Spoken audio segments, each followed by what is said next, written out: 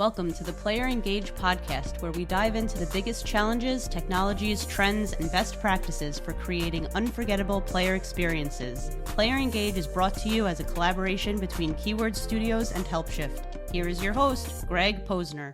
We are here still at Community Clubhouse at Gamescom, joined by three lovely ladies from Women in Games. This is a great organization that's empowering women, and you'll hear more about their mission. We're joined by Athena, we're joined by Gemma, and Mafalda. So I'm going to let them do an introduction since they're better than me, but I'm very excited about this conversation here today. Hello, lovely to be here in person, in real life. We've seen each other on screen so much that it's great to see everybody here. I'm Gemma Johnson-Brown, co-director and ambassador director for Women in Games.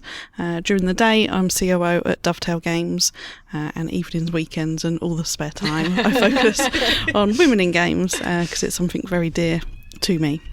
Yeah, so my name is Mafalda. I am the ambassador coordinator. I work under the lovely Gemma to support all of our ambassadors, or the entire 1,400 of them. And by day, I'm the director and producer for Telescope Games.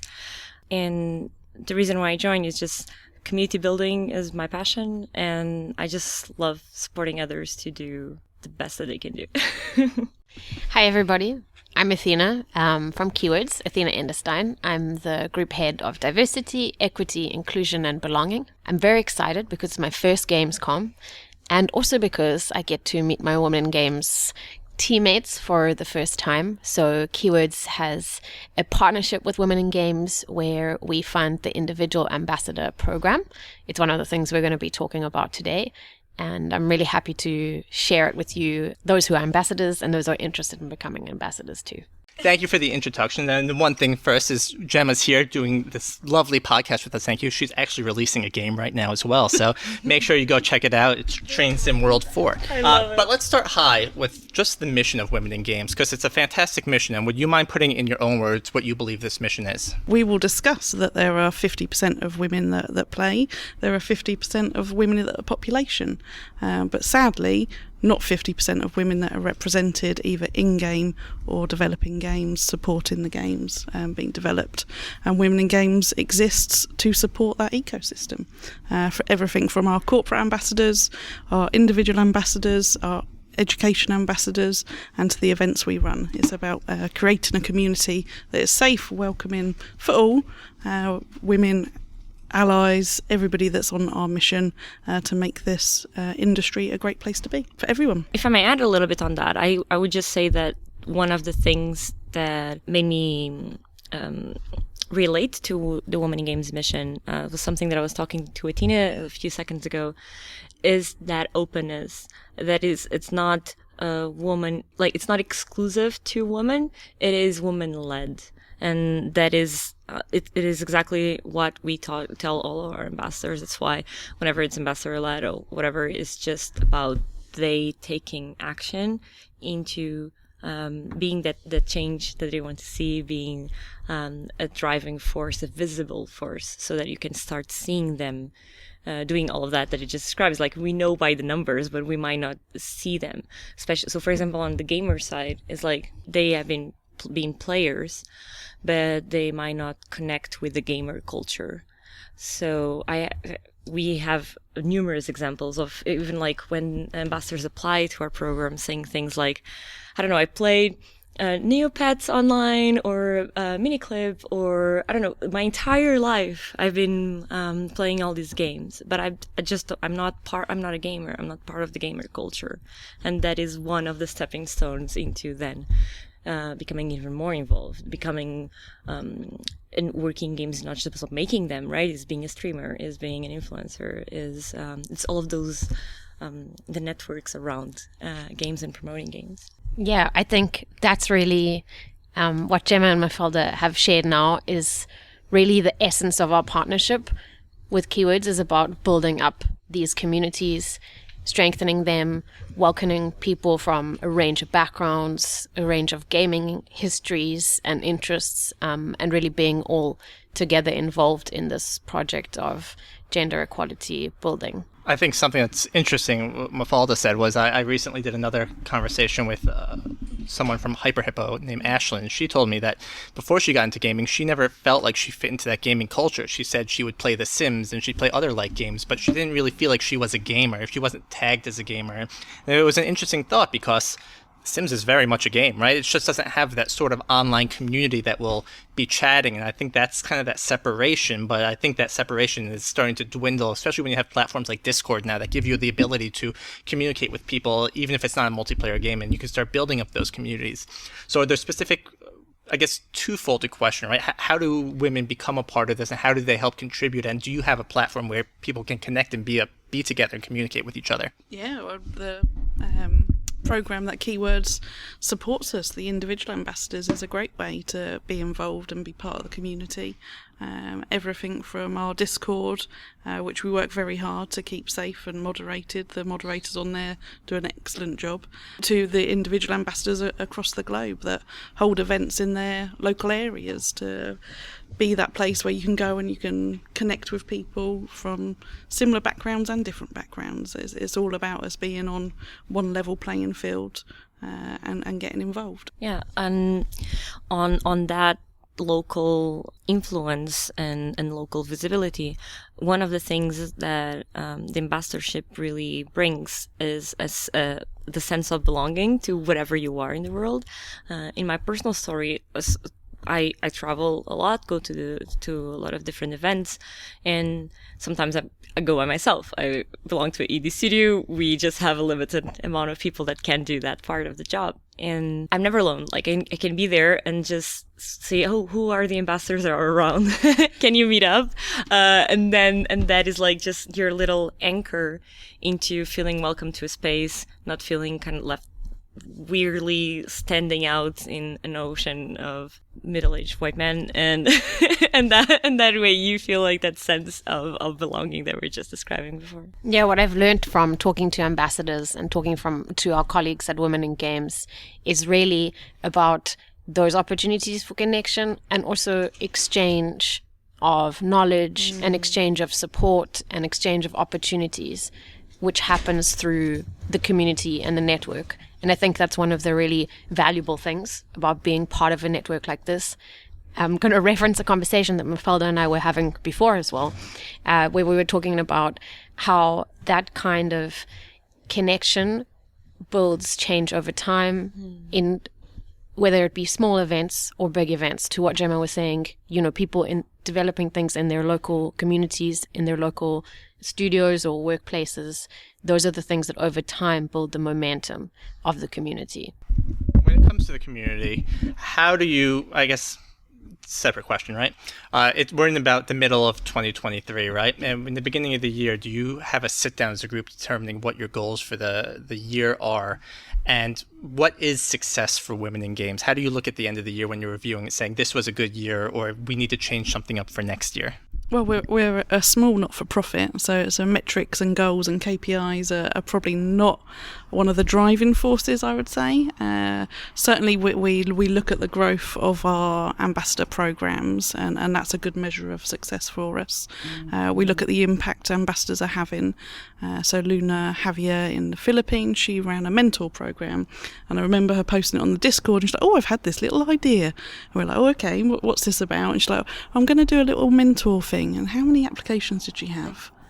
50 odd applications in the Philippines. And you're like, that's amazing. And so these ideas just snowball, and then you see that build in kind of an intangible thing we can measure, where other ambassadors go, oh, I can do that. GDC meetup. Yeah, GDC was huge. That was a big meetup for us. It was meant to be. She was like, "Oh, we're going to organize." Oh, sorry. So she was talking. I forgot the name of our ambassador. I'm so sorry. But I remember she talked to me. She was like, "Mafalda, I just want to do something at GDC. I'm going to be there. Let's set up a coffee shop." And then the coffee shop will had like 20 people total, and it was overboard.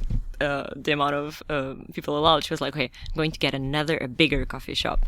And then that also overflowed. So eventually I think we had like 200 people enrolled in, and it's like, okay, let's just go to a park because we don't have a venue big enough to just hang out. It was non-sponsored, which is, I think, exactly I'm not saying just the only way. Of course, there's ambassadors that go all in and they have partnerships and studios that want to support them, and that's also part of the ecosystem. But for me, the beauty of this is you as an individual, because you're powered by this community, by the confidence of the values, and the confidence that because you were part of this, there's someone else supporting you that is also coming, and at least you're not going to be alone. And all of that builds up to a single individual without any money or any second intentions of a sponsorship or whatever. They can just be there and suddenly put together 250 people, I think. Yes. Yeah. I think that's super cool. The ability to just give your members a platform where they can run events that they see fit, right? Or something that they think they can connect with. I think that's the best way you're going to continue to grow. No, Greg, I just want to say one other thing, because we've been talking about the events because they are impressive, but I don't want to go away right away from what it means success, because for me is they not having less of the same questions. Yeah. It is great when you see that ambassadors supported each other into understanding their role, and so they don't even need us. They can go with it, and that is not just events. Is those one-on-ones, is the mentorships, or the I'm sharing an opportunity with you, or even whenever they join our events as speakers for the first time, and that's what gives them confidence to. I know that I did that. I was a speaker in one of our events, the career events, this year, and I used that theme and that talk to be here at DEF CON this year as well, and so I just improved upon it with feedback of the ambassadors that were super supportive that were in that space, because I felt like it was a safe space to do it.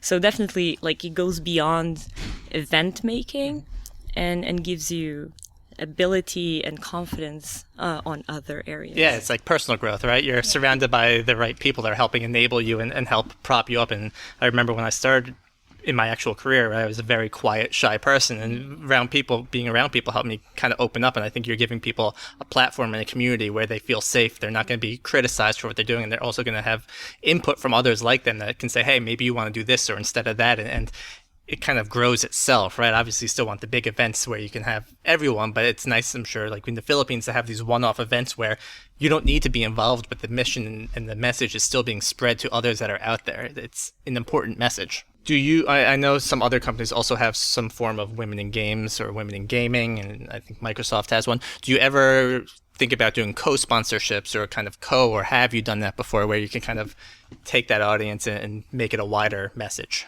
Yeah, we do partnerships. Yeah, we're all working towards the same common goal here. There is a lot of community groups around and female-led groups within organisations. We can support with materials or our Build a Fair Playing Field guide.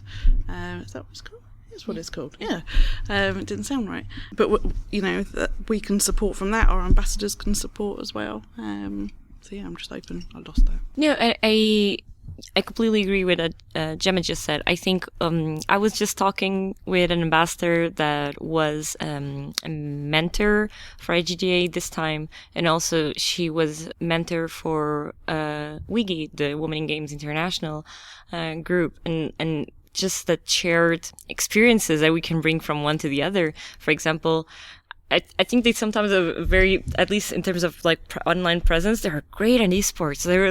And it's awesome to look at the work of other organizations and see, oh yeah, so maybe sometimes if we have some of our ambassadors that want to do that, like let's try to do something that works here. Or, for example, that ambassador, because she has that experience with them as a mentor, like she brought that experience back to the community in Women in Games, saying something, okay, so this is like a way that I could use that experience and mentor as well in my local region.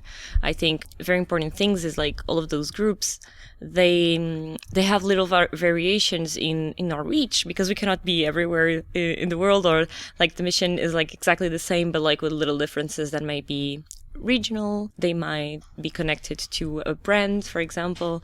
Like, I don't know, I don't work for Microsoft or Xbox, so I'm not part of Women in Games in Xbox, right? But I can be, if I do, I can be there and in Women in Games as overall. And I think the the connections and the relationships between these groups just makes us all stronger and have different points of influence, because then you can support each other into just widen that, I don't want to say influence again, but just to widen that presence. I think it's important also to consider the fact that when we're trying to build more equitable practices, or, in our journey towards equality, we know that there are lots of different things that contribute to that momentum that I was talking about before. And we can see that in social movements in a lot of different contexts. And it's because of the advocacy and allyship and different work that people are doing that together we're able to bring about change. I think that's one of the reasons why Women in Games is a great initiative, because it's providing, for example, with the individual ambassador program, an opportunity for the community to come together. So that's one aspect that we're focusing on here. But there are also other things that that we can continue to build in with time. And I know that at Women in Games, there's the educational ambassadors program that is also growing. So You have to be aware of cultural differences as well. Keywords is a global organisation. Yeah. You 12,000 plus employees. Yeah. It's just massive. When I started with Women in Games, the ambassadors were 60. We're now at 1,400, and with that comes new information. We have Women in Games Asia, which is our official pilot chapter.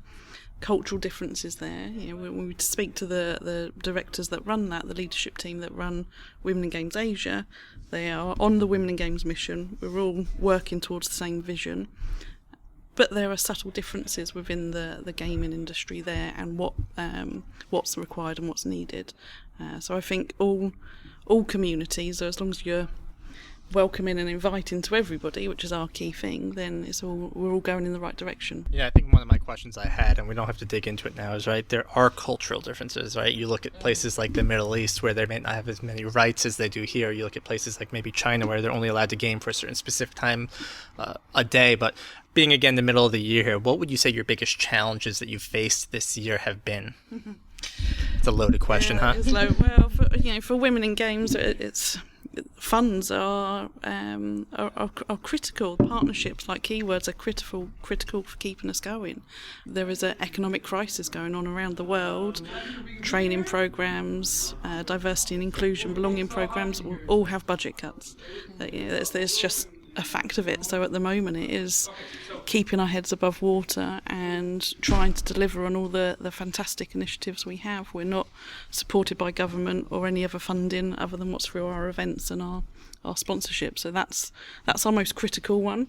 We have 11 spheres of action that go everything from community to policy and government. And we're working hard with partnerships with UNICEF as well, and we are aligned with the UN goals. So we have big visions. We need to get there, and we will get there. I know we will, but it'll take its time. I think the big visions and the small team is like one of the big issues all the time, right? Because it's just, we're so grateful that our ambassadors make our impact feel so much bigger than what we could reach if we were just a team. And that partners like Keywords, again, it's just because of the sheer size of where they are in the world. It's like then that message reached there. And then people just assume that, I don't know, we have like a person in every one of those countries, or everyone. It's like you have like this huge team, and it's like, oh no, it's actually there's a 6 or 7. Yeah. six part-time volunteers. Yeah. That work our butts off to do what we do. Well, it's awesome. And you keep talking about the Keywords kind of partnership and how we're enabling it. And I'm just curious from maybe Athena's point of view, or whoever, right? What is this partnership with between Women in Games and Keywords, and how is it working? Our partnership is really born from what we've been talking about here, which is this shared goal. From the Keywords perspective, we want to make sure that we're equipping the ambassador community, because we believe in the change that it's bringing over time to the gaming space, with opportunities and ways to connect. And so that's why we're together in this partnership. We also, of course, hope that some of that is directed towards internally within Keywords. We have a bunch of ambassadors ourselves. You can follow their stories and their insights on our Keywords blog and news. They're always doing great things, and it's really wonderful to see both the internal and external impact that we are managing to generate through the partnership with Women in Games. And so that's really what the essence is for us. And of course, there's a lot of learning that we share together, I think, through our interactions, and hopefully we can continue to build on that as we collaborate more.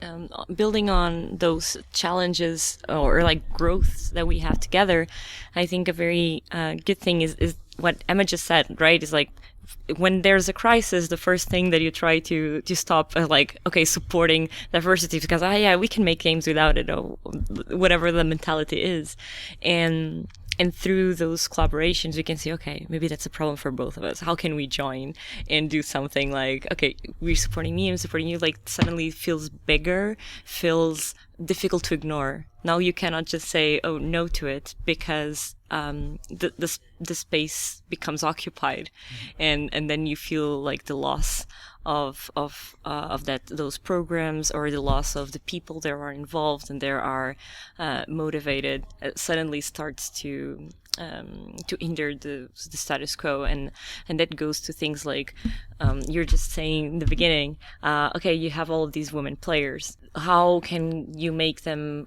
feel part of the gaming community, or even like to become developers? And the point is, women players also mean that there's a lot of money coming from them, right? If they are customers, then you need to treat them in a way that they relate back to. And so that is a point of, you cannot ignore us anymore. Yeah. Well, it also comes down to, right, when you want to listen to a voice, it's how do you incorporate it? And you two both work for studios, right? So when you're building games, like when do you start factoring in kind of this decision on how do we enable women, or does it not even come up when making, like, I know this is a weird question, but like, where in the planning process does this start kicking in for you? Is it in the beginning, or is it? We're just seeing a rise on female protagonists. Dovetail's lead games is trains, right? So there are a lot of love for those, but not you don't play, you play it in first person, so characters aren't there, but we've all had conversations on diversity of characters.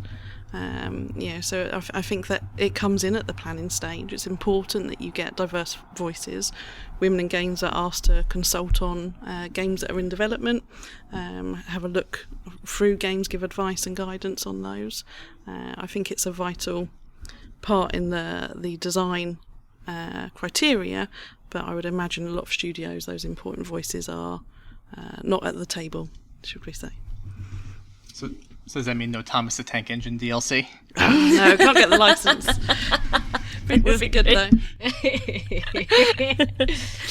Oh, that's great. Like for us at Telescope, it's just our founders are both. It's a man and a woman. They best friends, got together, decided to make the studio, and so I guess that it started there for us, right? So they already knew that they were looking to have someone that would support the mission, and so they got me as their studio director. Eventually, like I hired men so far. Actually, we were a team of 4, but it is just about the values and the way that people interact in the world. The diversity that we bring because we're from different cultures, the diversity that we bring because we value different things. Our programmer worked in a diversity and inclusion program in the other company that he worked in. So for him, that was very important that we had that mindset.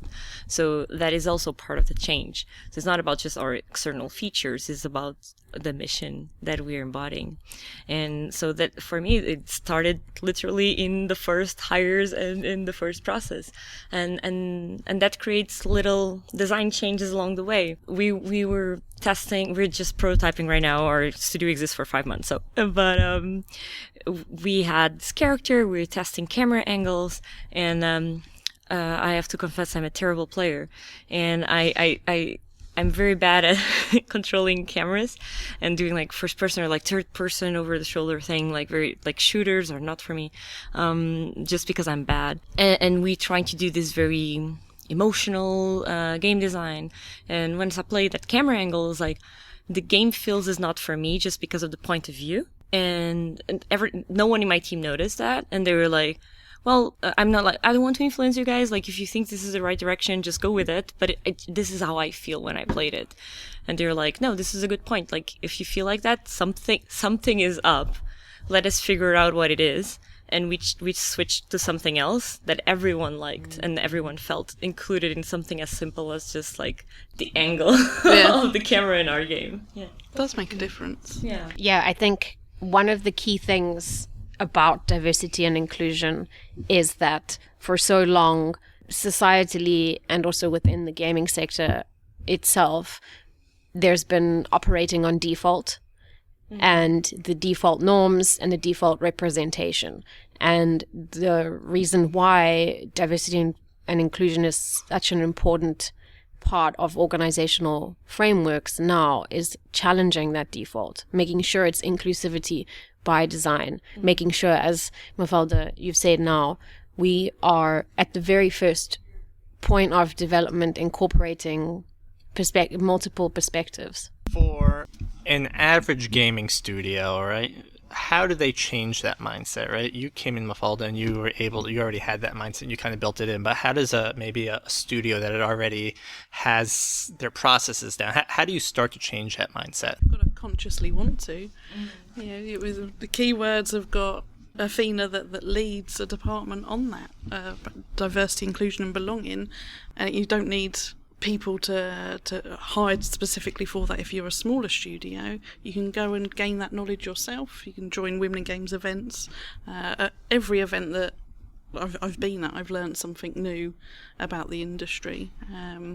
But the main thing is you've got to want to, and you've got to be the agency for change that you want to see at every level. If you're not in management, then be asking management why. Why haven't we got diversity? Why aren't we doing this?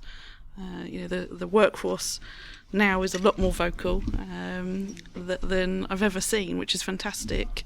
But it's got to come to some action and to some conclusion of sorts. I wanted to add something that you just said about you want to.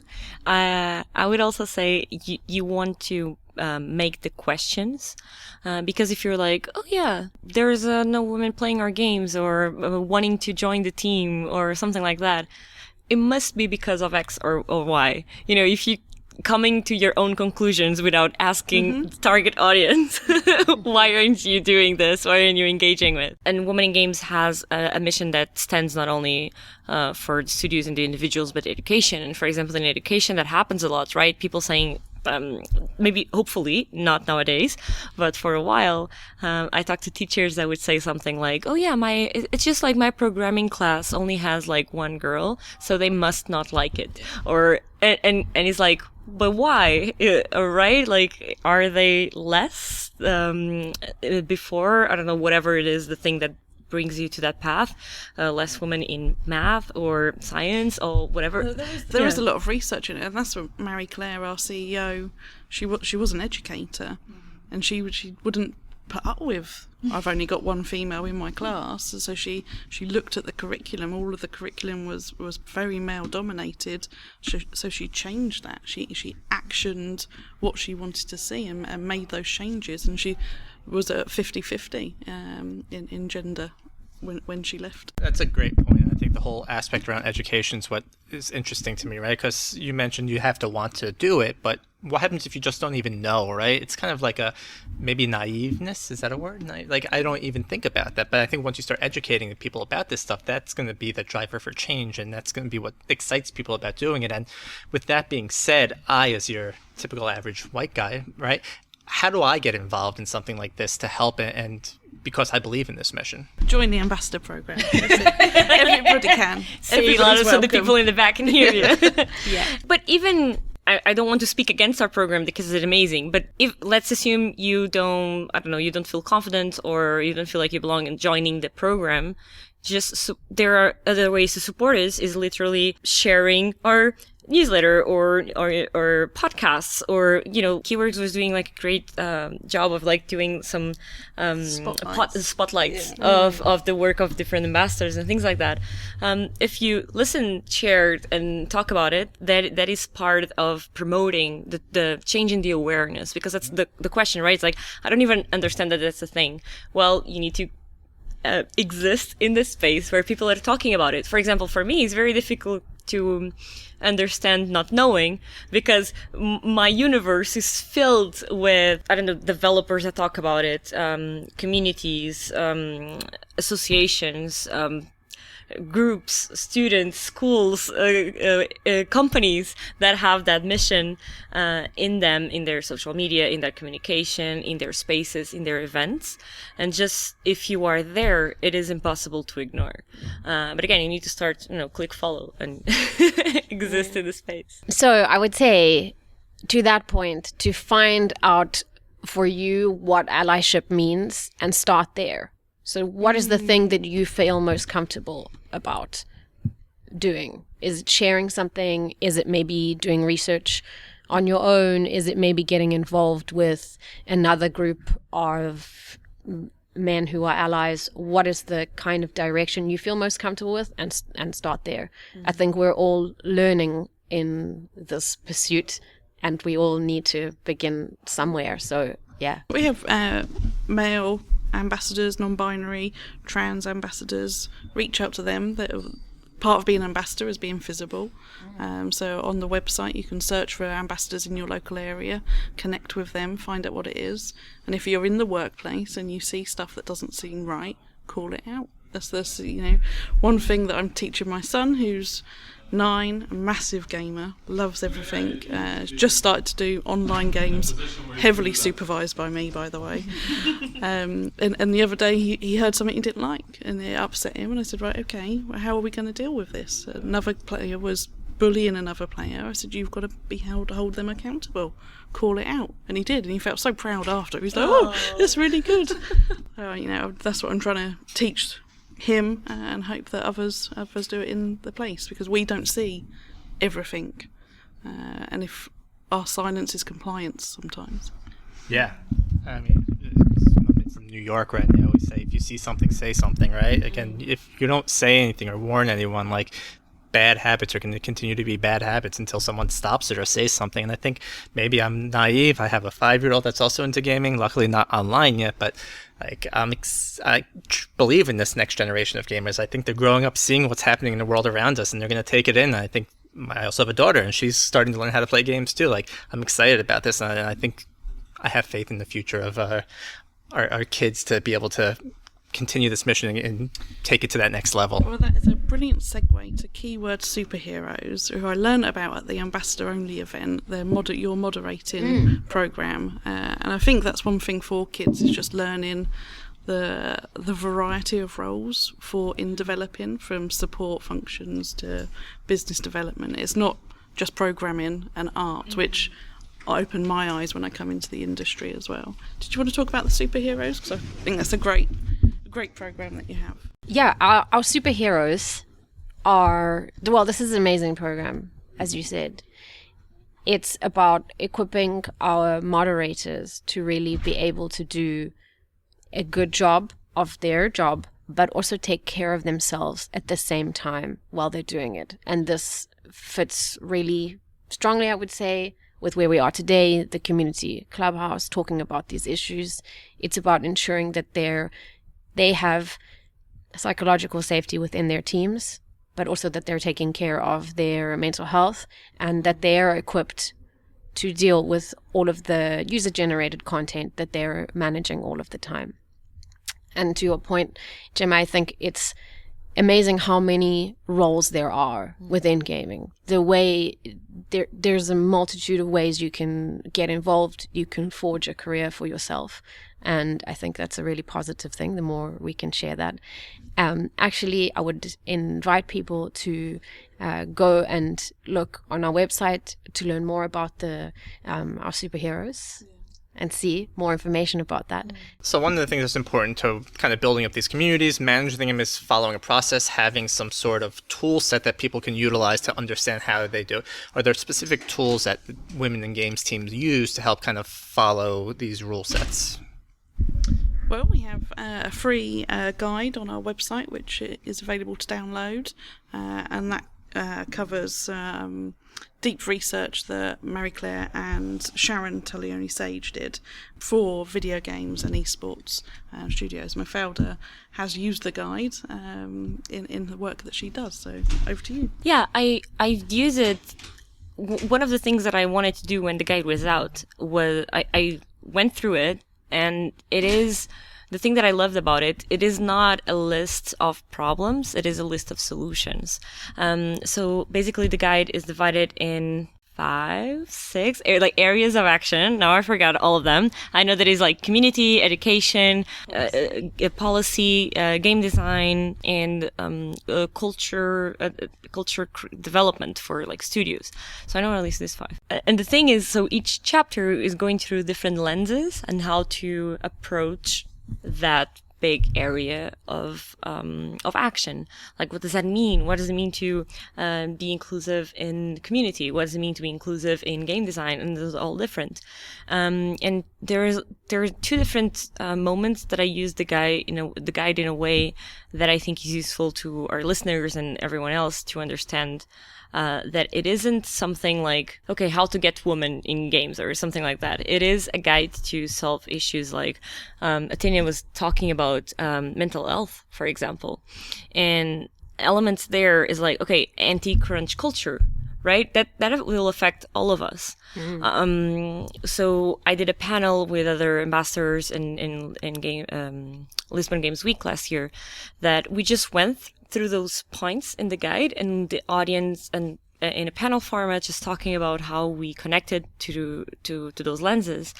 And there's people in the panel, in the audience, there's kids that they want to throw us off, but they're asking, but like, I'm not a woman, like, why should I care? And it's like, do you care about a workspace that listens to you and to your points of view that you can communicate in?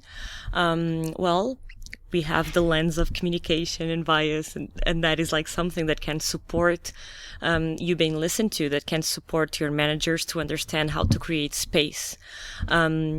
Do you care about moving to another country or region or not in building community? So here's like some points to support that. And yeah, in my work, when I was setting up the studio, the guide is one of the tools that I gave my team right away. So in our teams, we have a library space, and library there's books on game design or other areas of development, and there's the guide there, because it's like, okay, if you ever want to check one of these lenses to understand in how to make the game design inclusive in some ways. It's not how to make it, it's like how to think it through, because it has a bunch of questions. It's like, have you thought about this? Have you thought about that? And that goes to your point of how do I even know how to be aware? And yeah, that is a great tool to be aware, but aware with some solutions. A great tool. I mean, it doesn't even sound like it's necessarily for women in games. It's almost like a guide on how to be a good, decent studio and build out processes in the correct way and thinking from the beginning. So it sounds like it's for everyone, and it sounds like it's an important tool that people should be checking out and reading. Yeah, it's this inclusion by design again. So it gives you, just as Ms. Felder said, the directions to do that. Inclusion by design. I got to keep saying that over and over again. It's sticking in my head. But I love it. It makes sense. And I think, throughout these past few years, with everything changing in our world, I think it's happening more and more, and we're starting to see it more and more. Like you mentioned earlier, there's more women protagonists in games. I know I'm playing Cyberpunk, where my main character is a female, and I think we're starting to see it and accept it in the culture. I don't want to take up too much more of your time. I know I'm separating you from, I think, a happy hour right now, which I think after this day. First off, this is awesome. I am going to sign up to be an ambassador after this. I think I will share, and everyone should be. It's only good things come from it. The more people that game, the better that will come from it. So I think the more people we can include and make a better community would be better for everyone. Is there any final words each of you would like to say, or message you want to send? Or Pressure. Lead with kindness. Lead with good intentions and support women in games in every way you can. donate. That would be great. There's a donation button on the website. Just be part of what you wanted to see. For me, I would say just don't be afraid of being visible, and share on the success of others. That's like part of what we've been talking of, just joining each other, activities, visibility programs, because sometimes you help more by participating than by being the driving force, in the sense that if you are there, that person is going to be confident to do more, and that is a big part of what you can do. Give space to others. I would say my final message is to just come join us. It's great. Yeah. You'll learn a lot, and we'll learn from you. Thank you. Well, ladies, I really do appreciate this. This is eye-opening. I think it's a very important message, and I'm excited to be a part and help spread that. And I will make sure people donate. At least I will donate. But no, this is fantastic. We'll have all the information about women in games. Mafalda, Gemma, Athena, thank you so much for being here, and I hope Gamescom is nothing but greatest success. Yes. Thanks so much. Thank you for having us.